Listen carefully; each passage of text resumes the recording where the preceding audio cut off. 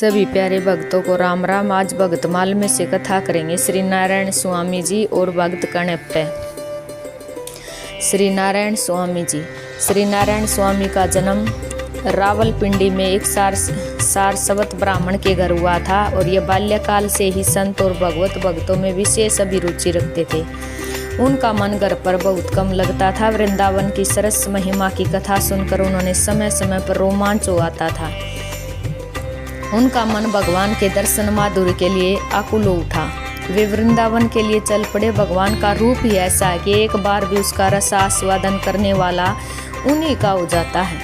ब्रज भूमि में आते ही वृंदावन के प्रेम देवता श्री कृष्ण के लीला कुंजों का दर्शन होते ही उन्होंने सावधानी से अपने मन को समझाया, मूढ़े, अब तुम्हें कहीं और नहीं भटकना। व्रजराज कुंवर श्री कृष्ण के परिचय मात्र से ही तुम भवसागर से पार उतर जाओगे। इस समय उनकी अवस्था यौवन के प्रवेश द्वार पर थी। उनका रूप लावण्य अत्यंत मनोमोहक था।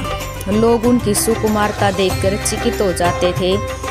उन्होंने जीविका निर्वाह के लिए लाला बाबू के मंदिर के कार्यालय में नौकरी कर ली।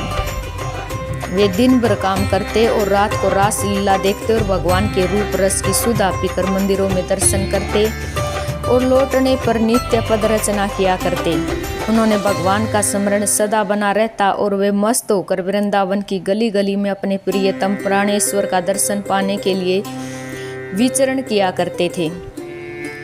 उनके लिए स्तुति और निंदा समान थी। धूप और छाया की भेद दृष्टि का अस्तित्व उनके लिए समाप्त हो चुका था। घनश्याम के प्रेमी तो होते ही ऐसे हैं। वे डंके की चोट घोषणा किया करते थे कि जब तक नंद कुमार दृष्टि में नहीं आते तभी तक ब्रह्म ज्ञानी ब्रह्म के स्वरूप का विवेचन कर सकता है।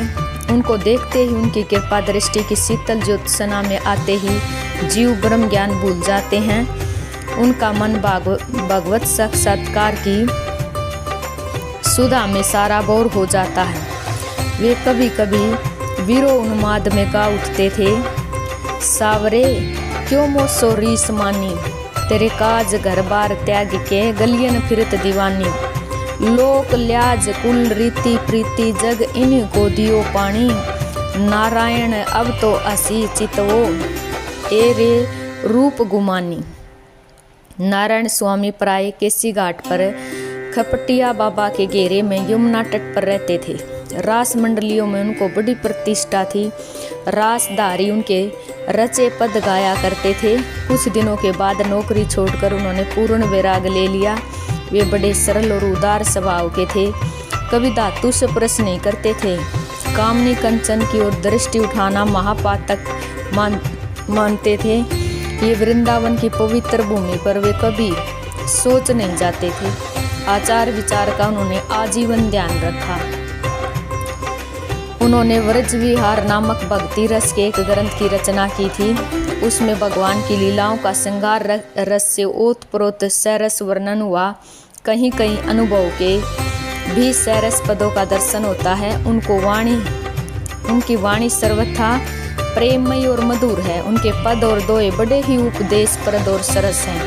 वे सदा प्रेम सिंधु में निमग्न रहते थे। श्री गोवर्धन के समीप फाल्गुन कृष्ण द्वादशी को कुसुम सरोवर पर उद्धव जी के मंदिर में उनका सदा के लिए लीला प्रवेश हो गया। वास्तव में ये महान रसिक थे। उनके पदों को पढ़ने से भागवती निष्ठा और भक्ति की अभिवृद्धि में बड़ा बल मिलता है। भक्त कण्वप्पे दक्षिण के किसी जंगल प्रदेश में रहने वाली एक शिकारी जाति का सरदार नाग था। उसका काम था हत्या करना। उसके बाणों की नोक में जहर लगा रहता था जो आग के समान जलता था और धनुष बाण चलाने में वह अत्यंत चतुर था। क्रोध उन्मत्त सिंह के समान वह बली था। उसकी पत्नी का नाम तता था। वह भी सिंहनी के ही समान डरावनी थी। वह उज्ज्वले शंख और सिंह के दांतों की माला पहनती थी। बहुत दिनों के बाद उन्होंने एक पुत्र उत्पन्न हुआ। उसका नाम तीर्ण रखा गया। तीर्ण का अर्थ है भारी होता है। वह अपने लड़के को गोद में उठाने पर नाग को वह भारी लगा, इसलिए उसका नाम उसने तीर्ण रख दिया। तीर्ण 16 वर्ष की उम्र में ही धनुष बाण बाला तोमर वीरों के योग योग्य दूसरे अस्त्र शस्त्र चलाने में बहुत निपुण हो गया। नाग को बुढ़ापा आता हुआ मालूम हुआ। उसने तीर्णय को अपनी जाति का सरदार बना दिया।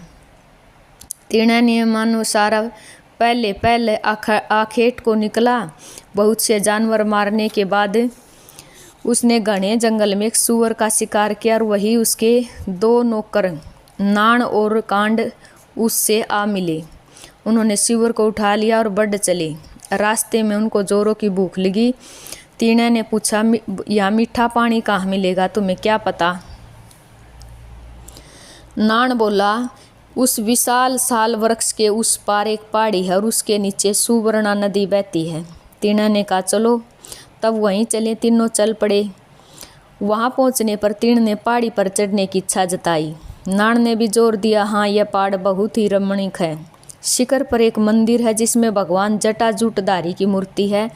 आप उनकी पूजा कर सकते हैं। पहाड़ पर चढ़ते चढ़ते तीर्णय की भूख प्यास गायब हो गई।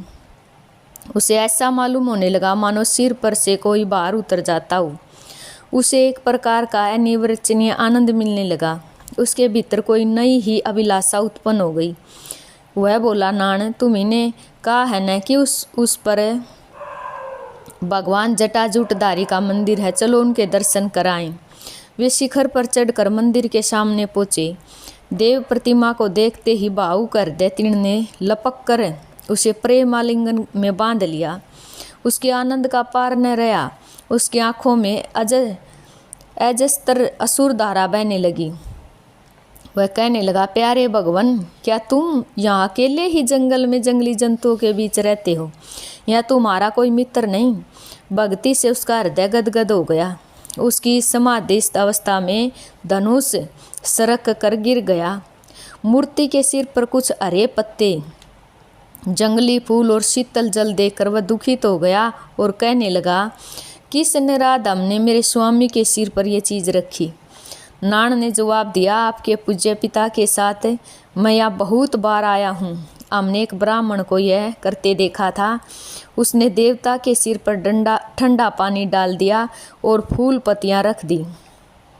फिर वह खूब उसी तरह बड़बड़ाता रहा जैसे कि हम ढोल पीट पीट कर देवताओं के सामने किया करते हैं। उसने आज भी जरूर यही किया होगा। तीर्णय को भी पूजा करने की बड़ी प्रबल इच्छा थी, किंतु ढंग ही नहीं मालूम होने से उसने सोचा कि मैं भी क्यों न हो इसी तरह भूखे भगवान को मांस लाकर खिलाऊं। तीर्णय मंदिर में रवाना हुआ और मगर तुरंत ही लौट आया। वह बार बार जाने की कोशिश करता था, किंतु इस नई निधि को छोड़ने की इच्छा न होने से लौट आता था। उसकी हालत उसी गाय की सी हो गई जो अपने पहले बछड़े को नहीं छोड़ना चाहती। उसने सरलता से कहा, प्यारे मालिक, मैं जाकर तेरे लिए अपने हाथों मांस पका कर लाऊंगा। तुझे यूँ अकेला और असहाय छोड़ने को जी नहीं चाहता, किंतु तुझे भूख लग रही है और जाकर तेरे खाने के लिए कुछ लाना ही होगा। आंखों में आंसू भर आते थे। यूँ वह जंगली शिकारी मंदिर से चला गया। नाण उसके पीछे पीछे चला और पहाड़ी के नीचे आने पर उसने दूसरे नौकर को सारी कथा कह सुनाई। यह भी कहा कि मालिक ने मूर्ति का आलिंगन किया था और उसे देर तक न छोड़ा और अब देवता के लिए पका हुआ मांस ले जाने को आया है। नौकर रोने लगा, हमारा तो सर्वनाश हो गया, सरदार पागल हो गई। तीर्णय ने उनको रोकने की जरा भी परवाह न की। उसने पकाया, फिर उसे चखकर देखा और ठीक ठीक पका तो स्वाद ठीक है और संतोष हो जाने पर पहाड़ पर ले जाने के लिए उसे साल के पत्ते में लपेट कर रखा। नौकरों ने मन ही मन का पागल क्या कर रहा है, पका हुआ मांस मुंह से डालकर चखता है और इतना भूख होने पर भी उसे बिना खाए ही पत्ते पर रख देता है। उसकी भूख प्यास की तो कोई बात ही नहीं करता। हमें भी मांस देने का काम नहीं लेता, अपने देवता के लिए थोड़ा सा चुनकर बाकी फेंक देता है। इसका सिर फिर गया, अब अच्छा नहीं हो सकता। खैर चलो, इसके बाप से यह बात कह दें। दोनों नौकर उसे छोड़कर चले गए। तीर्णय ने तो उनकी बात सुनी और न उनका जाना ही उसे मालूम हुआ। वह तो अपने ही काम में मगन था। अभिषेक के लिए उसने अपने मुंह से ताज़ा पानी भर लिया और क्योंकि उसके पास कोई बर्तन नहीं था चढ़ाने के लिए, अपने बालों में उसने कुछ जंगली सुगंधित फूल खोस लिए और एक हाथ में उसने मांस लिया, दूसरे में आत्मरक्षा के लिए तीर धनुष, और वह दोपहर की कड़कड़ाती धूप में पहाड़ पर चढ़ने लगा। यह सोचकर कि देवता भूखे होंगे, वह और भी तेजी से चलने लगा। शिखर पर पहुंचने के बाद वह मंदिर में जूता पहने ही दौड़कर घुस गया और देवता के सिर पर पुराने फूल उसने बड़े स्नेह के साथ पैरों से हटाए और अभिषेक के लिए ऊपर से कुरड़ा कर दिया और देवता के आगे मांस रखकर अपनी साधारण बोली में खाने का आग्रह करने लगा। अंधेरा हो आया। तीर्ण ने सोचा, यह समय तो जंगली जानवरों के घूमने का है, देवताओं को यहाँ अकेले छोड़कर मैं नहीं जा सकता। उसने हाथ में धनुष बाण लेकर रात भर पहरा दिया। सवेरा होने पर जब चिड़ियाँ चहचहाने लगी तब वह देवता के आगे पणिपात और प्रार्थना करके ताजा मांस लाने चला गया। वह ब्राह्मण पुजारी जो पूजा किया करता था नियम अनुसार प्रातःकाल आया और मंदिर में जूतों और कुत्तों के पैरों की छाप देखकर चारों ओर हाड़ मांस छितराया हुआ देखकर वह बहुत ही घबरा गया। विलाप करने लगा, हाय भगवान, अब मैं क्या करूं? किस जंगली शिकारी ने मंदिर भ्रष्ट कर दिया।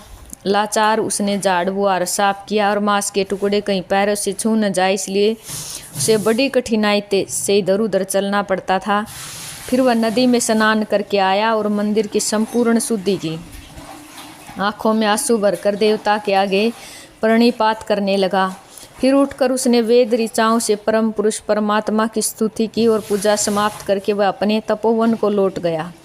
तीर्ण ने कई जानवर मारे और पिछले दिन के समान चुनकर मांस पकाया और चख कर अच्छे अच्छे टुकड़े अलग रख दिए और उसने कई अच्छे ताजे मधु के छत्ते इकट्ठे किए और उन मधु मांस में निचोड़ा और फिर वह मुंह में पानी भरकर बालों में फूल घोंसकर एक हाथ में मांस ली और दूसरे में धनुष बाण लेकर पहाड़ पर दौड़ा।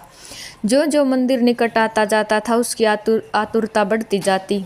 वह बड़े बड़े डंग भरता चला और उसने देवता के सिर पर से फूल पत्ते पैर से ठेलकर साफ किए और कुरला करके अभिषेक कराया और यह करते हुए मांस का उपहार सामने रखा। देवता, कल से आज का मांस मीठा है। कल तो केवल सुअर का मांस था, आज तो बहुत से स्वादिष्ट जानवरों के मांस चखकर और खूब स्वादिष्ट चुनकर लाया हूँ, उसमें मधु भी निचोड़ा है। इस तरह तीर्ण के 5 दिन भर शिकार करके देवताओं के लिए मांस इकट्ठा करने और रात भर पहरा देने में बीतते। उसे आप खाने पीने की सुधि न रही। तीर्ण के चले जाने के बाद प्रतिदिन ब्राह्मण पंडित आते और रात के इस भ्रष्टाचार पर विलाप करते और मंदिर धोकर साफ करते, नदी स्नान करके शुद्धि करते और पूजा पाठ करके अपना स्थान पर लौट जाते। जब इतने दिनों तक तीर्ण नहीं लौटा तब उसके सभी संबंधी और माँ बाप निराश हो गई। ब्राह्मण पुजारी रोज ही हार्दिक प्रार्थना करते, प्रभु मेरे पाप क्षमा करो, ऐसे भ्रष्टाचार रोको। एक रात सोपन में परमेश्वर उनके सामने आकर बोले, मित्र, तुम मेरे इस प्रिय शिकारी भक्त को नहीं जानते। यह मत समझो कि वह निरा शिकारी ही है, वह तो बिल्कुल ही प्रेम में है। वह मेरे सिवा और कुछ जानता ही नहीं। वह जो कुछ करता है मुझको प्रसन्न करने के लिए ही है। जब वह अपने जूते की नोक से मेरे सिर पर सूखे फूल हटाता है तब उसका स्पर्श मुझे प्रिय पुत्र कुमार देव के आलिंगन से भी अधिक प्रिय लगता है। जब मुझ पर वह प्रेम और भक्ति से कुरला करता है तब वह कुल्ले का पानी ही मुझे गंगा जल से अधिक पवित्र कर जान पड़ता है। वह अनपढ़ मूर्ख सच्चे स्वाभाविक प्रेम और भक्ति से जो फूल अपने बालों में निकाल कर मुझ पर चढ़ाता है वे मुझे स्वर्ग में देवताओं के चढ़ाए फूलों से अधिक प्रिय लगते हैं। और अपनी मातृभाषा में वह आनंद और भक्ति से भरकर जो थोड़े से शब्द कहकर मेरे सिवाय सारी दुनिया का भान भूलकर मुझे प्रसाद पाने को कहता है, वे शब्द मेरे कानों में ऋषि मुनियों के वेद पाठ से कहीं अधिक मीठे लगते हैं। यदि उसकी भक्ति का महत्व देखना हो तो कल आकर मेरे पास खड़े हो जाना। इस आदेश के बाद पुजारी को रात भर नींद नहीं आई। प्रातःकाल वह नियम अनुसार मंदिर में पहुंचा और पूजा पाठ समाप्त करके मूर्ति के पीछे जा छिपा। तीर्ण का पुजारी पूजा का यह 6ठा दिन था और दिन में आज उसे कुछ देर हो गई थी, इसलिए वह पैर बढ़ाता आया। रास्ते में उसे अपसुकून हुए। वह सोचने लगा, कहीं खून गिरना चाहिए, कहीं देवता का कुछ हुआ तो नहीं। इसलिए वह दौड़ा और अपने असगुन को पूरा होते देखकर उसको शोक का पार न रहा। हाय देवता को कितना कष्ट हो रहा था, क्योंकि उनकी दाहिनी आंख से खून की अविरल धारा बह रही थी।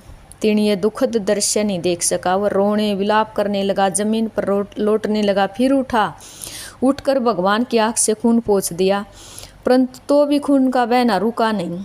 वह फिर दुखातुर होकर गिर पड़ा। तीन बिल्कुल ही घबरा गया। उसका चित्त अत्यंत दुखी हो गया। वह समझता ही नहीं था कि क्या करना चाहिए। थोड़ी देर बाद वह उठा और तीर धनुष लेकर उस आदमी या जानवर को मारने निकला जिसने देवता की दुर्दशा की हो, परंतु उसे कहीं कोई प्राणी नहीं दिखाई पड़ा। वह लौट आया और मूर्ति को छाती से लगा के विलाप करने लगा, हाय मैं महापापी हूँ। रास्ते के सभी अपशकुन सच्चे हुए। भगवान पिता मेरे प्यारे, तुम्हें क्या हुआ? मैं तुम्हें क्या सहायता दूँ? तब उसे कुछ जड़ी बूटियों की याद आई जिन्होंने उसकी जाति के लोग घाव पर लगाते थे। वह दौड़ा और जब लौटा तो जड़ी बूटियों का एक गट्ठर लेकर उसने देवता की आँख में एक एक करके निचोड़ दिया, पर इसमें कुछ लाभ नहीं हुआ। उस समय उस शिकारी की कहावत याद आई कि मांस से ही अच्छा होता है। यह ख्याल आते ही उसके मन में आनंद की नई ही उमंग खेलने लगी। उसने देर न की और एक तेज बाण की नोक से अपनी दाहिनी आँख निकाल डाली और भगवान की आँख पर धीरे से धरकर उसे दबाया, और आश्चर्य है कि इसे तुरंत खून का बहना रुक गया। वह आनंद से नाच उठा, ताल ठोक ठोक कर आनंद उन्मत्त हो नाचने लगा। उसकी असीम प्रसन्नतापूर्ण हंसी और आनंद ध्वनि से मंदिर गूंज उठा। पर यह क्या हुआ? अरे, इसे बीच बाईं आँख से भी खून बहने लगा। इस पर दुख और घबराहट में तीन बाण भूल गया, परंतु यह विस्मृति क्षीण ही थी। तुरंत ही वह संभल उठा और उसने कहा, मेरे जैसा कौन मूर्ख होगा जो इस पर शोक करता है? इसकी दवा तो मुझे मिल ही गई है। अब भी मेरी एक आँख तो है। तब देवता की बाईं आँख पर अपना बायां पैर रखकर, जिससे वह पता चले कि कहाँ आँख लगानी है, क्योंकि आँख निकलने के बाद उसे कुछ भी नहीं सूझेगा। उसने पहले से ही अधिक तेजी से बाईं आँख के कोने में तीर की नोक लगाई और देवता उसकी इस भक्ति पर पुष्प बरसाने लगे। स्वयं भगवान ने अपने हाथ से बढ़ाकर तीन का हाथ पकड़कर रोक लिया और कहा, ठहरो मेरे कणप ठहर जाओ। कण आँख अप वत्स कणप कण प्लस में अप। फिर परमेश्वर ने कणप का हाथ पकड़कर उसे अपने पास खींच लिया और कहा, त्याग और प्रेम की मूर्ति कणप, तू इसी भांति सर्वदा मेरे पास रहा कर। ब्राह्मण पुजारी ने यह आश्चर्यजनक दृश्य देखा और सच्चे और सीधी सादी भक्ति का रहस्य समझा। सभी प्यारे भक्तों को राम राम।